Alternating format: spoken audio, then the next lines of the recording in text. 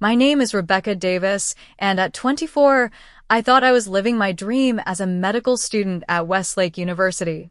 I worked my entire life for this moment, sacrificing everything to save for tuition. When I logged into our joint account to pay my fees, my heart stopped. Zero balance. My parents had emptied it completely. For my brother Michael's art career. Their exact words? "You're not really cut out for medicine anyway." If you've ever felt betrayed by the people who should support you most, stick around. Let me know where you're watching from and subscribe to see how I turned this devastating setback into the greatest triumph of my life. I can't remember a time when I didn't want to be a doctor. The seed was planted when I was 7 years old, and my grandfather collapsed at our family barbecue. We later learned it was a massive heart attack. I remember the terror in my grandmother's eyes as the ambulance took him away and the endless hours in the hospital waiting room, surrounded by the antiseptic smell that would later become strangely comforting to me. When the surgeon came out to tell us Grandpa would live, I saw him as nothing short of a superhero. Dr. Jenkins, with his kind eyes and steady hands, had performed an emergency bypass surgery that gave my grandfather another 15 years with us. From that day forward, I knew I wanted to have that same power to heal, to give families more time with their loved ones. School became my priority. While other kids in my neighborhood in suburban Boston spent weekends at the mall or going to movies, I buried myself in science books. By 6th grade, I could name every bone in the human body. By 8th grade, I was reading medical journals, even if I only understood every third word. My parents seemed proud in their way. Our little doctor. They'd call me when introducing me to their friends. But looking back, there was always something performative about it. My brother Michael was different from me in every way. Where I was methodical and disciplined, he was spontaneous and free-spirited. 3 years younger than me, he showed artistic talent early on. His drawings covered our refrigerator, and later his paintings hung in our living room. My parents marveled at his natural talent, while my straight A's were simply expected. Despite our differences, Michael and I were close. He'd often sit in my room while I studied, sketching quietly as I highlighted textbooks. We had an unspoken understanding. I admired his creativity, and he respected my determination. But there was always an imbalance in how our parents viewed our pursuits. My academic achievements were acknowledged with nods and brief good jobs, while Michael's art was celebrated with enthusiasm and excitement. When I was 16, I started working part-time at a local pharmacy. The pharmacist, Mrs. Chin, took me under her wing, explaining medications and their effects. I saved every penny I earned. By the time I graduated high school as valedictorian, I had nearly $5,000 set aside for my education. "You should be thinking about your future," my dad said one night after dinner, during my senior year. "Medical school is expensive. We should start planning." That night, we set up a joint savings account. The agreement was clear. I would contribute what I could from my jobs and scholarships, and they would help supplement it. Over the next 4 years of college, I watched that account grow. I worked 2 jobs while maintaining a 4.0 GPA in my pre-med program at State University. I missed parties, declined dates, and sacrificed sleep. But watching that number climb made it all worthwhile. By graduation, the account held just over $75,000. About 70% of it had come from my own earnings and academic scholarships. My acceptance to Westlake University School of Medicine was one of the proudest moments of my life. The day the letter arrived, I called my parents immediately. I got in. I screamed into the phone. "That's wonderful, honey," my mom said, but her tone was oddly subdued.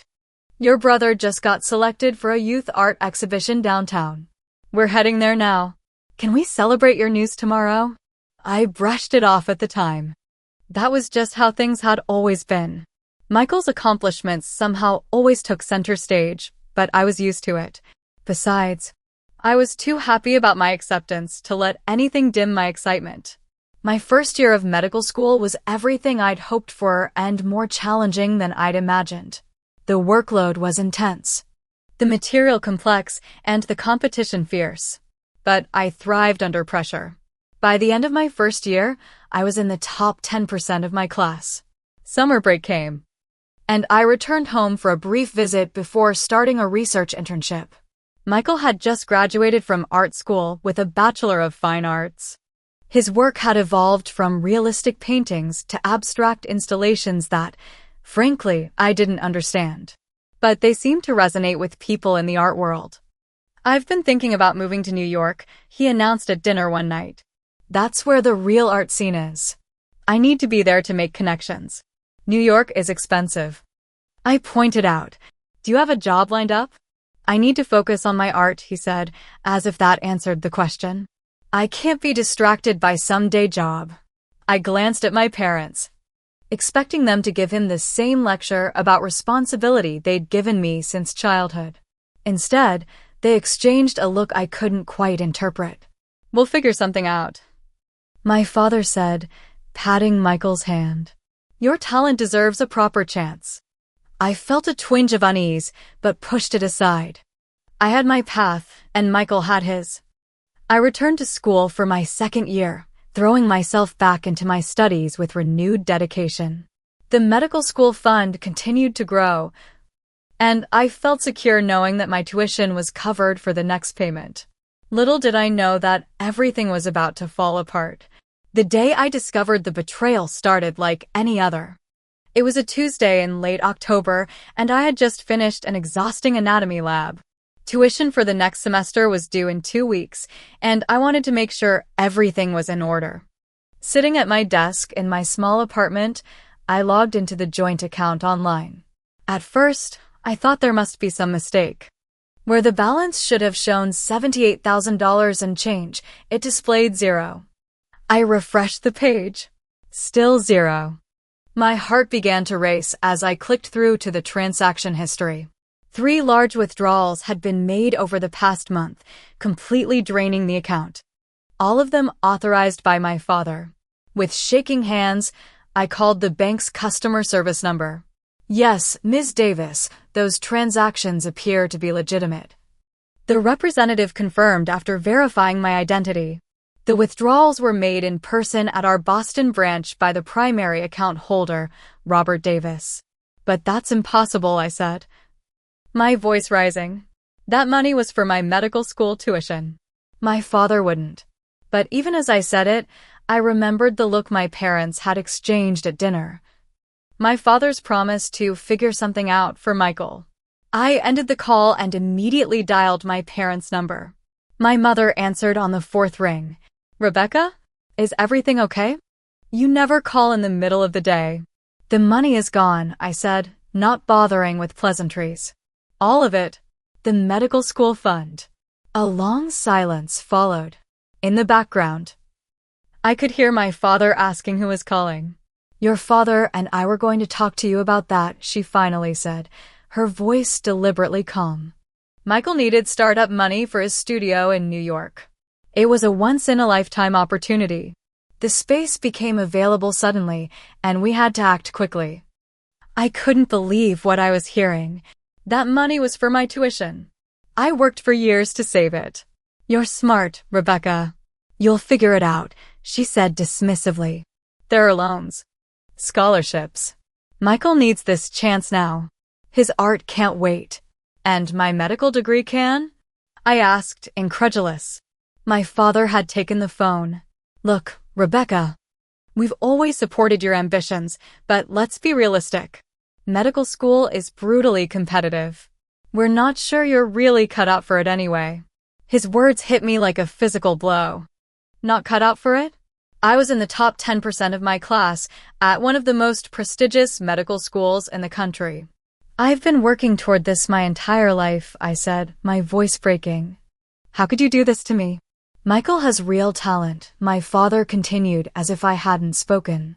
"This is his moment. The art world is starting to notice him. He can't miss this opportunity." "And what about my opportunity?" I demanded. "My tuition is due in 2 weeks." I'm sure the financial aid office can help you, my mother chimed in. Besides, you've always been so independent. We know you'll manage. The conversation continued in this vein for another 10 minutes. My parents making excuses, minimizing my crisis, praising Michael's potential. They seemed to genuinely believe they'd made the right choice, that somehow his art career deserved to be funded at the expense of my medical education. When I finally hung up, I sat in stunned silence. The betrayal was so complete, so unexpected, that I couldn't even cry. The people who were supposed to support me, who had promised to help me achieve my dream, had not only abandoned that promise, but had taken my own contributions as well. And worse than the financial betrayal was the revelation that they'd never truly believed in me. Not cut up for it anyway. The words echoed in my head, bringing with them memories of every time my achievements had been acknowledged with distracted nods, while Michael's creative efforts had received effusive praise. I don't know how long I sat there, staring at the wall. The sky outside my window darkened, and still I couldn't move. It was only when my roommate Stephanie came home that I finally broke down. "Becky? What's wrong?" she asked, alarmed at finding me sitting in the dark. And then the dam burst. I told her everything between heaving sobs. The empty account, my parents' betrayal, their dismissal of my dreams. The looming tuition deadline. Stephanie sat with me on the floor, her arm around my shoulders. "Those jerks," she said when I'd finished. "I can't believe they did that to you." "I don't know what I'm going to do," I whispered. "I might have to drop out." "No," she said firmly. "We're not going to let that happen. Tomorrow, we'll go to the financial aid office together. There has to be something they can do." But as I lay in bed that night, sleep eluding me, I wasn't so sure. Even if the school could offer emergency loans, how would I pay for the remaining years? And how could I ever trust my family again? The foundation I'd built my life on had crumbled beneath me. For the first time since I was 7 years old, I questioned whether I would ever become a doctor. The financial aid office at Westlake University was housed in a stately brick building with ivy climbing its walls. It looked peaceful from the outside, but inside, I was facing the battle of my life. "Ms. Davis, while we sympathize with your situation, our emergency funds for the current academic year have already been allocated," Mrs. Rodriguez, the financial aid director, explained. Her face was kind, but her words offered little hope. "Since you're already in the middle of the semester, your options are somewhat limited." "There must be something," Stephanie said from beside me. She had taken the morning off from her pharmacy internship to accompany me. "She's one of your top students." Mrs. Rodriguez sighed and typed something into her computer. "There are some private loans you could apply for, but they tend to have higher interest rates. And without a cosigner with good credit." "My parents obviously won't cosign," I said bitterly. "And I don't have any other family with the means to help." After an hour of discussion, I left with a stack of loan applications and a temporary extension on my tuition deadline. It wasn't a solution, but it was a reprieve. Over the next few weeks, I applied for every loan, scholarship, and grant I could find. I took on a job at the campus coffee shop, working from 5 a.m. until my first class at 8 a.m. After classes ended, I worked as a note-taker for students with disabilities and on weekends. I picked up shifts at a local urgent care center as a medical scribe. My schedule became a carefully orchestrated ballet of work and study. I survived on 4 hours of sleep most nights. Fueled by the coffee I was now professionally brewing and sheer determination. The physical toll was evident. Dark circles appeared under my eyes. I lost weight as meals became an afterthought. But the emotional toll was even worse. Every time I thought about my parents and what they had done, a wave of hurt and anger would wash over me, making it hard to concentrate on even the most basic tasks. 6 weeks into this punishing routine, I nearly failed an important pharmacology exam. I had fallen asleep while studying, the information simply refusing to stick in my exhausted brain. You can't keep going like this, Stephanie said that night, finding me crying at our kitchen table. You're going to burn out before finals. What choice do I have? I asked, wiping my eyes. If I don't keep my grades up, I could lose what little financial aid I've managed to secure. Stephanie had become my rock during this time. She made sure I ate at least one proper meal a day, took over some of our shared chores, and provided emotional support when the weight of it all became too much. Let me help more, she insisted. My parents send me extra food money anyway. We can share groceries. Her kindness made me cry harder. Here was someone who had known me for less than 2 years, showing more support than my own family. My relationship with my parents had deteriorated to brief, tense phone calls. They asked about my classes, but never acknowledged the financial crisis they had created. Instead, they gushed about Michael's new studio in Brooklyn and the art world connections he was making. He's been invited to join a group exhibition next month, my mother said during one call. A gallery owner saw his installation and was very impressed. I bit back the bitter response that rose to my lips. What was the point? They had made their choice clear. Michael's art career was worth sacrificing my medical education for. Strangely, Michael himself seemed oblivious to the source of his sudden funding. During our occasional text exchanges, he never mentioned the money. I wondered if my parents had told him where the money had come from, or if he'd simply accepted their generosity without question. Despite the challenges, I refused to give up. I had worked too hard, come too far to abandon my dream now. If anything, my parents' lack of faith made me more determined to succeed. I would become a doctor, with or without their support. My salvation came in an unexpected form. After a particularly grueling anatomy lab, Dr. Sarah Mitchell, one of the younger faculty members, stopped me. Rebecca, do you have a moment? I nodded, suppressing a yawn. I've noticed your work has been inconsistent lately, she said carefully. Your last paper was excellent, but your lab reports have been lacking the attention to detail you showed earlier in the semester. My face burned with shame. I'm sorry, Dr. Mitchell. I've been dealing with some personal issues, but that's no excuse. She studied me with sharp blue eyes. Are you working at Cafe Campus? I thought I saw you there at an ungodly hour this morning. I nodded, bracing myself for a lecture about prioritizing my studies. Instead, she asked, Do you need money, Rebecca? The directness of the question caught me off guard. Before I could formulate a polite deflection, I found myself telling her everything. The joint account, my parents' betrayal, the scramble for loans and jobs. When I finished, Dr. Mitchell was silent for a long moment.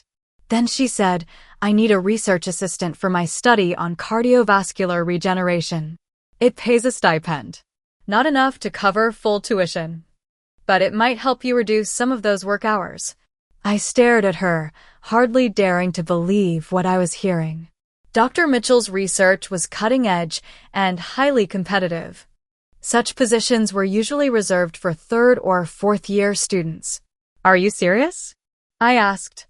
Completely. You have a brilliant mind, Rebecca. It would be a tragedy for medicine to lose you because of financial constraints. She handed me her card. Come to my lab tomorrow at 4. We'll discuss the details. Walking home that evening, I felt a flicker of hope for the first time in weeks. It wasn't a complete solution, but it was a step in the right direction. The research position would look impressive on my resume and would bring in enough money to allow me to quit at least one of my jobs. As I unlocked the door to my apartment, my phone buzzed with a text from my mother. Great news. Michael's work will be featured at a charity gala next month. The dean of your medical school is involved somehow. Small world. I stared at the message, a knot forming in my stomach. Somehow, my worlds were about to collide, and I wasn't sure I was ready for it. The invitation arrived in my university email with the subject line, Annual Westlake Medical School Gala and Scholarship Announcement. I opened it with mild curiosity, assuming it was a general announcement sent to all students. But as I read further, my heart began to race. Dear Ms. Davis, your presence is requested at the annual Westlake Medical School Gala on November 15th. As one of our distinguished students, your attendance will add greatly to this celebration of excellence in medical education. This year's gala will feature a special announcement regarding the Griffin Scholarship recipients and will be attended by prominent alumni, faculty, and community partners. Please RSVP by November 5th. Sincerely, Dr. Lawrence Peterson, Dean, Westlake University School of Medicine. I read the email 3 times, puzzled. I was a good student, yes, but hardly what anyone would call distinguished. Why would the dean specifically request my presence?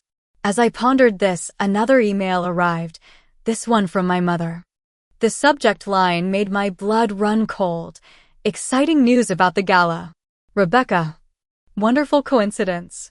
The charity gala where Michael's art will be featured is actually being hosted by Westlake Medical School. Apparently, they're doing some kind of community outreach program featuring local artists. Michael's installation will be prominently displayed in the reception area. Your father and I will be attending to support him. We've already booked our flights and will be staying at the Westlake Grand Hotel. We should all go together. Michael is so excited to show his work to your classmates and professors. Love. Mom. My hands trembled as I set down my phone. After everything they had done, my parents expected me to attend this event with them, to smile and pretend everything was fine. To watch them fawn over Michael while I struggled just to stay in school, the unfairness of it all crashed over me like a wave. For weeks, I had been running on fumes, working multiple jobs, barely sleeping, all because they had decided my dream was less important than Michael's. And now they wanted to parade into my school, my territory, as if they had any right to be there. I made it to the bathroom just in time to throw up, my body physically rejecting the stress and anger that had been building for weeks. That evening, I stayed late in Dr. Mitchell's lab, focusing intently on cell cultures to avoid thinking about the gala. But by 9 o'clock, the lab was empty except for me, and the silence gave my thoughts too much space to roam. I sat on a lab stool, staring at nothing, when the tears finally came. Not the controlled, quiet tears I had allowed myself in private moments, but gut-wrenching sobs that seemed to come from some deep, wounded place I hadn't fully acknowledged until now. I didn't hear Dr. Mitchell return to the lab until she was standing right beside me, a concerned expression on her face. Rebecca? What's happened? Through hiccuping sobs, I showed her the emails on my phone. She read them silently, her expression darkening. I can't do it, I said when I could speak again. I can't stand there and watch them act like proud parents when they've done everything possible to sabotage me. Dr. Mitchell set my phone down carefully. Have you responded to the dean's invitation yet? I shook my head. Accept it, she said firmly. And don't tell your parents you'll be attending with them. In fact, don't respond to their email at all right now. But trust me on this, she interrupted, an unusual intensity in her voice. I need to make a phone call. Will you be all right here for a few minutes? I nodded, confused by her reaction, but too emotionally drained to question it. Dr. Mitchell stepped out of the lab, her phone already at her ear. Through the glass door, I could see her engaged in what appeared to be an animated conversation, gesturing with her free hand in a way I'd never seen the normally composed professor do. When she returned, there was a determined set to her jaw. Rebecca, I want you to attend that gala. Wear something nice, hold your head high, and trust that things will work out. How can they possibly work out? I asked. My parents stole my tuition money. They're coming to my school to celebrate my brother, and I'm barely hanging on here. She squeezed my shoulder gently. Sometimes the universe has a way of balancing the scales. Will you trust me? There was something in her expression that gave me pause. Dr. Mitchell had been nothing but straightforward with me since we'd met. If she thought I should attend the gala, perhaps there was a reason. Okay, I agreed reluctantly. I'll go. The night before the gala, Stephanie helped me get ready.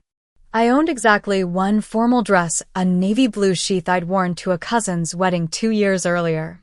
"You need to make a statement," Stephanie declared, rummaging through her own closet. She emerged triumphantly with a burgundy dress that shimmered slightly in the light. "This will look amazing with your coloring." I tried it on, surprised to find it fit perfectly. The rich color brought warmth to my pale skin, and the cut was elegant without being overly revealing. "Your parents won't know what hit them," Stephanie said with satisfaction. "You look like a future chief of surgery." As I looked at my reflection, I felt a strange calm settle over me. Tomorrow would be difficult. Possibly one of the hardest evenings of my life. But I would face it with dignity. Whatever happened, I would not let my parents see me broken. The Westlake Grand Hotel ballroom was transformed for the gala. Crystal chandeliers cast a warm glow over round tables draped in white linen. Medical school insignia and tasteful floral arrangements created an atmosphere that was both academic and elegant. I arrived deliberately early, wanting to get my bearings before encountering my family. In the reception area, I immediately spotted Michael's installation. A complex arrangement of twisted metal and canvas that seemed to represent the human circulatory system, though with an abstract interpretation that was uniquely his. Despite everything, I felt a flicker of pride. It was impressive work, showing both technical skill and artistic vision. Whatever my feelings toward my parents, my affection for my brother remained. Complicated though it now was. "Rebecca Davis?" I turned to find a young man in hotel staff attire. "Yes, Dean Peterson asked me to give you this when you arrived." He handed me a small envelope. Inside was a card with elegant handwriting. "Ms. Davis, please join me at the head table this evening. I look forward to our conversation." Dr. Lawrence Peterson. The head table? That was where the dean, special guests, and honorees would be seated. Surely there was some mistake. Before I could ponder this further, I heard my mother's voice behind me. "Rebecca, there you are." I took a deep breath and turned to face my parents. My mother was wearing a new dress I'd never seen before, and my father was in a suit that also appeared to be recent. I wondered bitterly if they'd purchased these outfits with what remained of my tuition money.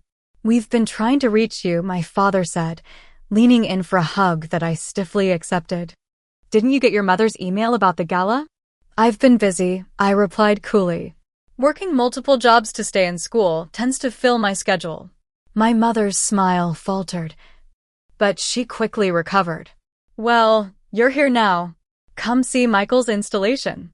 Everyone has been so complimentary." "I've seen it," I said. "It's very good." Michael appeared then, looking uncomfortable in a suit that was slightly too large for his lanky frame.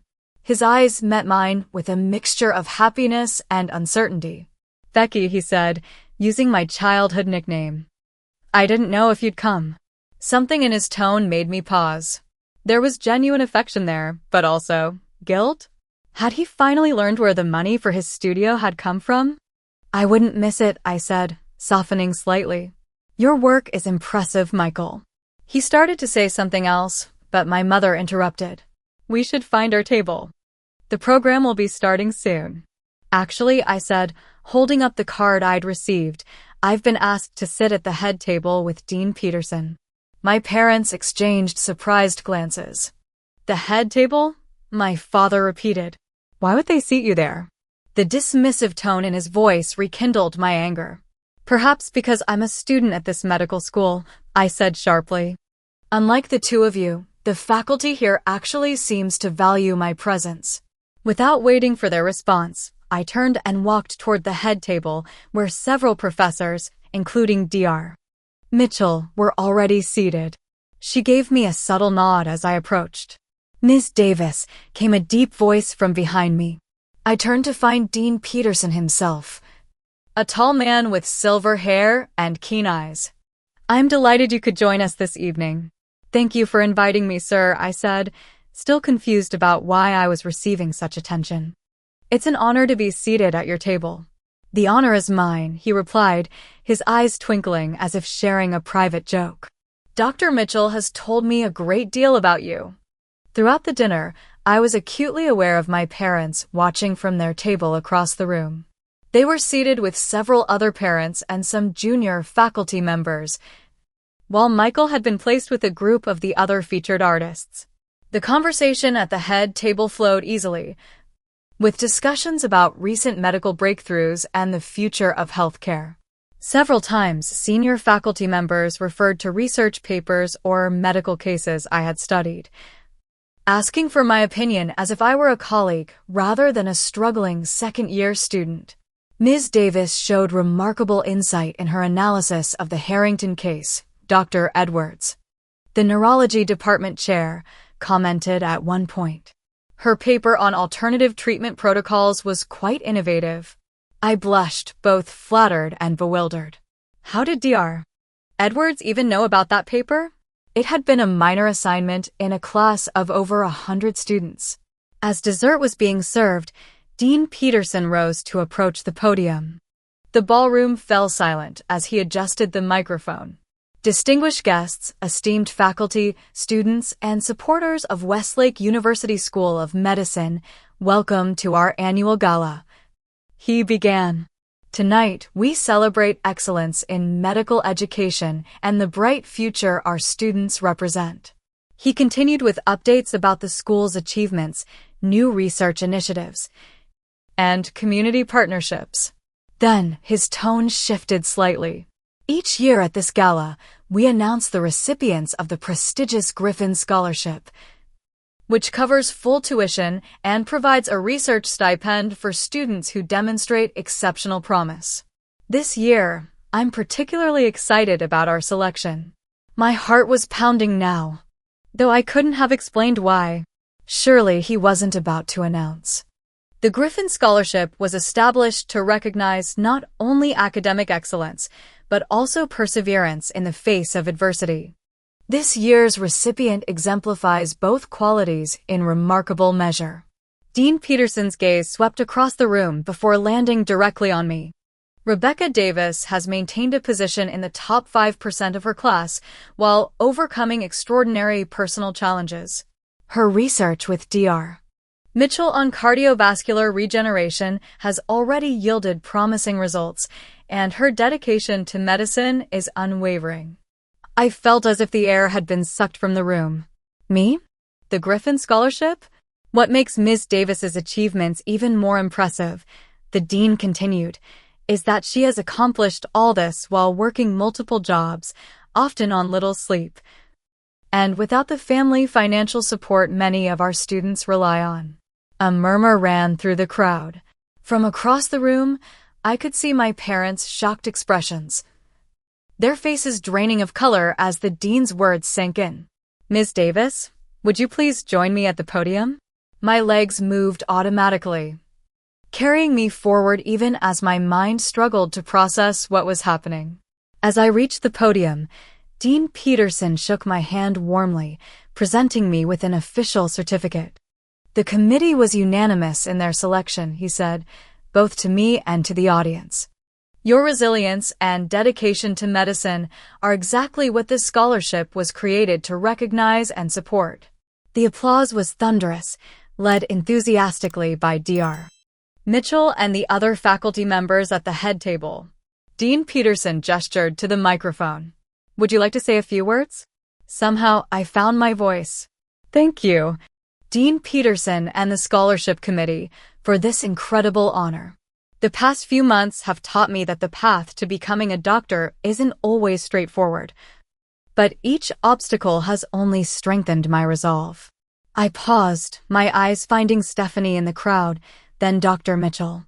"I'm especially grateful to those who offered support when I needed it most. My roommate Stephanie, who made sure I ate and slept occasionally, Dr. Mitchell, who believed in my potential and gave me the opportunity to join her groundbreaking research, and the faculty who have challenged and encouraged me." Deliberately, I did not look at my parents. This moment was mine, and I would not share it with those who had tried to take my dream away from me.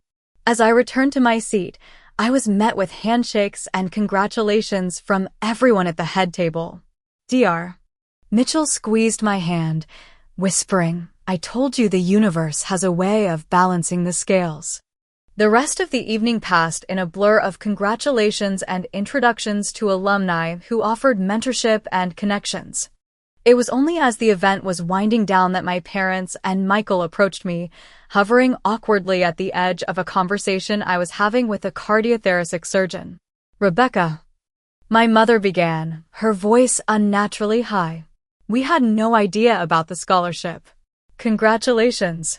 Did you really think I wasn't cut out for medicine?" I asked quietly, the hurt and anger I'd been suppressing for months finally finding voice. Or was that just a convenient excuse to take my money from Michael? My father at least had the grace to look ashamed. "It wasn't like that. We thought. You thought Michael's art was more important than my education," I finished for him. "You made that perfectly clear when you emptied our joint account without even discussing it with me." Michael stepped forward then, his expression stricken. "They told me the money came from their retirement fund," he said. "I only found out tonight when the dean mentioned you working multiple jobs." Mom broke down and told me everything. I looked at my brother, seeing the genuine distress in his eyes. This, at least, wasn't his fault. He had been as much a pawn in our parents' manipulation as I had been. "I'm so sorry, Becky," he continued. "I had no idea. If I had known, I never would have accepted it." Our parents shifted uncomfortably, caught in their deception. "The worst part," I said, looking directly at them, "isn't even the money. It's that you never believed in me. You never thought I could actually succeed in medicine." My mother started to protest, but I cut her off. "Well, now everyone else does," I said, a strange sense of calm washing over me. "Everyone except you." The days following the gala were surreal. I moved through my classes in a state of stunned disbelief, still processing the reality that my financial worries were over. The Griffin Scholarship would cover my remaining years of medical school and provide a generous research stipend besides. My phone buzzed constantly with messages from my parents, alternating between congratulations, explanations, and subtle guilt trips. I responded only to acknowledge receipt, not ready to engage in the deeper conversation that would eventually be necessary. Michael, however, I did speak with. The morning after the gala, he met me for coffee at a small cafe near campus. "I've started selling some pieces," he said, stirring his latte absently. "Not much, but enough that I can begin paying you back." "You don't have to do that," I began. But he shook his head firmly. "Yes, I do. That money was yours." "I didn't know, but that doesn't change the fact that I benefited from what they did to you." He slid an envelope across the table. Inside was a check for $5,000. "It's just the start," he said. "The installation at the gala sold for $15,000. I'm keeping enough to cover my basic expenses, but the rest is yours." The gesture touched me deeply. Whatever issues I had with my parents, Michael and I had always supported each other. This proof that he valued our relationship enough to make amends strengthened my resolve to maintain our connection, regardless of how things evolved with our parents. At the medical school, my status had changed overnight. Professors who had barely noticed me before now greeted me by name in the hallways. Fellow students who had previously been merely polite now sought my advice on difficult cases or research questions. "It's not just the scholarship," Stephanie observed as we ate dinner in our apartment. "It's the way Dr. Mitchell and Dean Peterson publicly vouched for you. In the academic world, that kind of endorsement is gold." She was right. Dr. Mitchell had expanded my role in her research, giving me responsibilities usually reserved for doctoral candidates. My name would appear second on a paper being submitted to a prestigious medical journal, an almost unheard-of opportunity for a second-year medical student. A week after the gala, I received an email from Dean Peterson requesting a meeting in his office. Nervous despite the recent good fortune, I arrived 5 minutes early, dressed in my most professional attire. His assistant showed me in immediately. The dean's office was impressive without being ostentatious, lined with medical texts and framed degrees. "Ms. Davis," he said warmly, rising to shake my hand. "Thank you for coming. Please have a seat." Once we were both settled, he regarded me with a thoughtful expression. "I wanted to speak with you privately about the events leading up to the gala." My stomach tightened. Was there a problem with the scholarship after all? Dr. Mitchell came to me about your situation, he continued. She was quite concerned about the financial hardship you were experiencing, particularly given the circumstances. I nodded, unsure where this was going. "What you may not know is that Dr. Mitchell was once in a similar position," he said. "During her second year of medical school, her family experienced a financial crisis that threatened her education. The Griffin Scholarship saved her career." I blinked in surprise. Dr. Mitchell had never mentioned this. When she told me about your parents' actions, I was frankly appalled. The dean continued, his expression hardening slightly. "The scholarship committee had already shortlisted you based on your academic performance, but learning about your perseverance in the face of such familial betrayal, well, it made the decision unanimous." He leaned forward. "I want you to know that this scholarship wasn't charity, Rebecca. You earned it through your extraordinary work and dedication. The circumstances merely brought your application to our attention sooner than it might otherwise have been considered." Relief washed over me. The scholarship was legitimate. I had earned it. "There's something else," Dean Peterson said, his tone shifting slightly. "Your brother's art installation wasn't randomly selected for the gala. Dr. Mitchell saw his name in your file and made the connection. She thought it might provide an opportunity for some long-overdue recognition of your achievements in front of those who had doubted you." I sat back, stunned by this revelation. The entire evening had been orchestrated, not just to award me the scholarship, but to force my parents to witness the value that others placed on the very dream they had dismissed. "I don't know whether to be grateful or mortified," I admitted. The dean chuckled. "Be grateful. Dr. Mitchell is not a woman who intervenes lightly, but she has an unerring instinct for recognizing exceptional talent, and a somewhat dramatic flair for justice, it seems." As I left his office, I felt as if a weight had been lifted. The scholarship was real, my place in the program secure, and for the first time in months, I could focus entirely on my studies without the constant stress of financial survival. That evening, I called my parents. It was time to establish some boundaries. "I appreciate the congratulations," I said, keeping my voice steady. "But I need you to understand something. What you did was a profound betrayal of my trust. We were trying to do what was best for both of our children." My father began, but I interrupted. "No, you weren't. You were favoring one child over the other, as you've always done. The difference is that this time, you crossed a line by taking money that I had earned." My mother made a small sound of protest, but I continued. "I'm not cutting you out of my life. You're still my parents, and I still love you. But our relationship has to change. I can't trust you right now. And it's going to take time and effort on your part to rebuild that trust." The conversation continued for nearly an hour. There were tears, defensive explanations, and eventually, reluctant acknowledgments. By the end, we had established a new framework.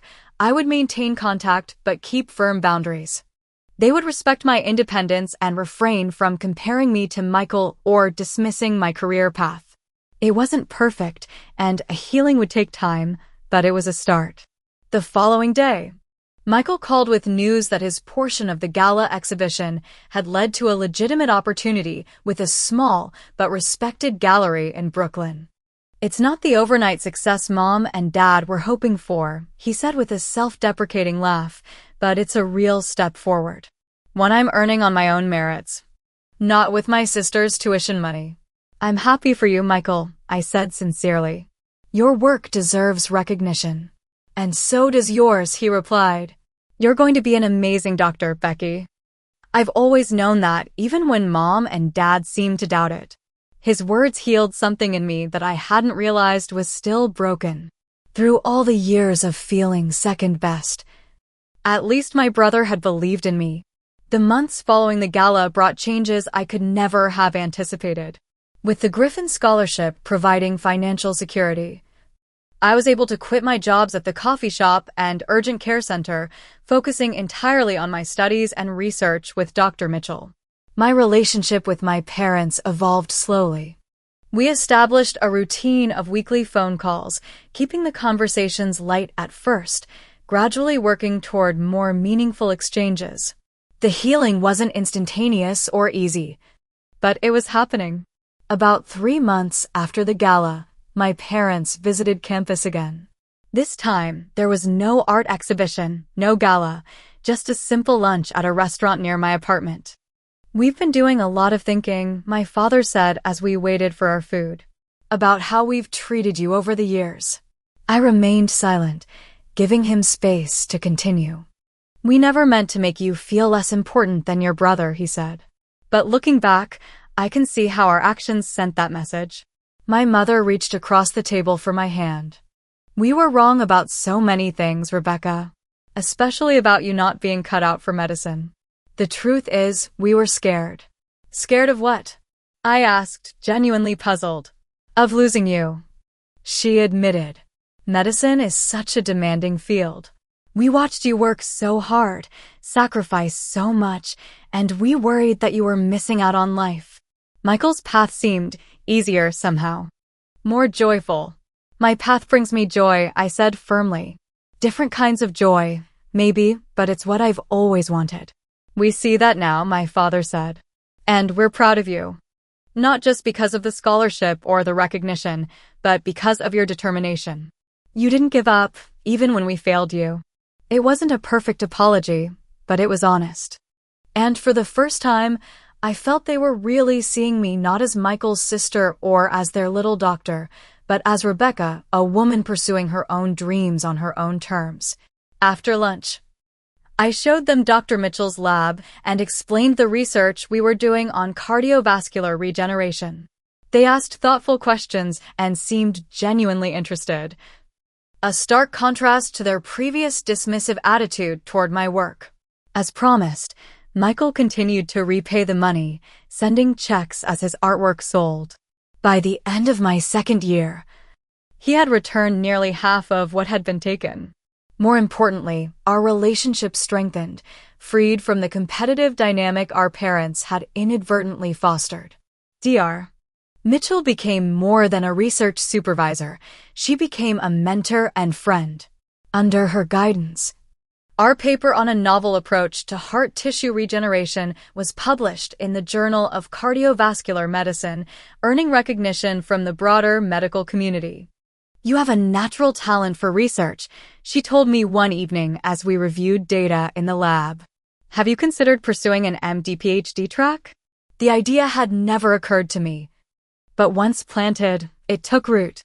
The dual degree would allow me to both treat patients and contribute to medical advances through research, combining the healing power that had first inspired me with the intellectual challenge I had come to love.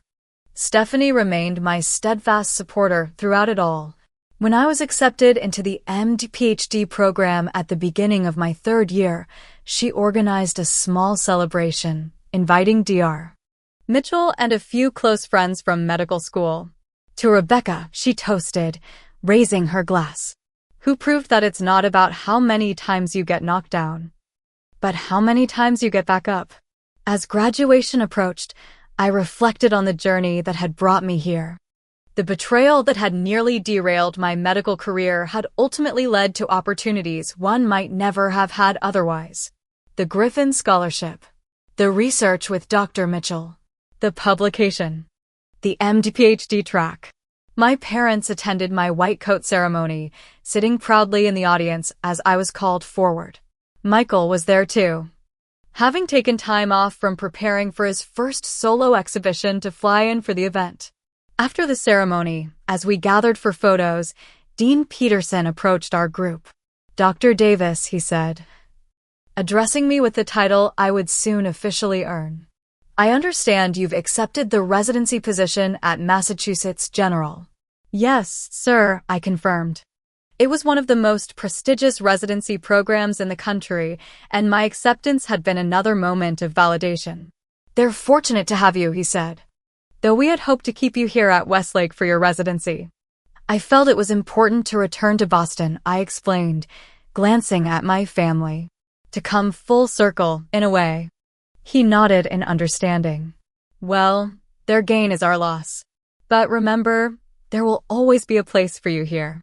As he walked away, my mother wiped a tear from her eye. We really are proud of you, Rebecca, she said softly. And we're sorry it took us so long to show it properly. The journey had not been easy. There had been moments of despair when I thought I would have to abandon my dream, moments of anger when the betrayal felt too enormous to forgive. Moments of uncertainty when I questioned whether the fight was worth it. But standing there, surrounded by the people who had supported me through it all, some from the beginning, others found along the way, I knew I wouldn't change a thing. Every obstacle had made me stronger, more determined, more certain of my path. That night, as I lay in bed reflecting on the day, my phone pinged with a text from Michael. You did it, Becky. Never doubted you would. And that, perhaps, was the greatest healing of all. To know that despite everything, the bond between us had survived and grown stronger. That we had both found our paths, different but equally valid, and could support each other without competition or comparison. Life doesn't always go according to plan. Sometimes, the people we trust the most let us down in ways we never imagined. But if there's one thing I've learned from this journey, it's that our dreams are worth fighting for, especially when others don't believe in them. Have you ever had someone try to stand in the way of your dreams? How did you respond? Share your story in the comments below, and don't forget to like and subscribe if you found inspiration in my journey from betrayal to triumph. Remember, sometimes the greatest obstacles lead to the most unexpected opportunities. Thank you for listening, and I hope my story gives you the courage to keep pursuing your own dreams, no matter what challenges come your way.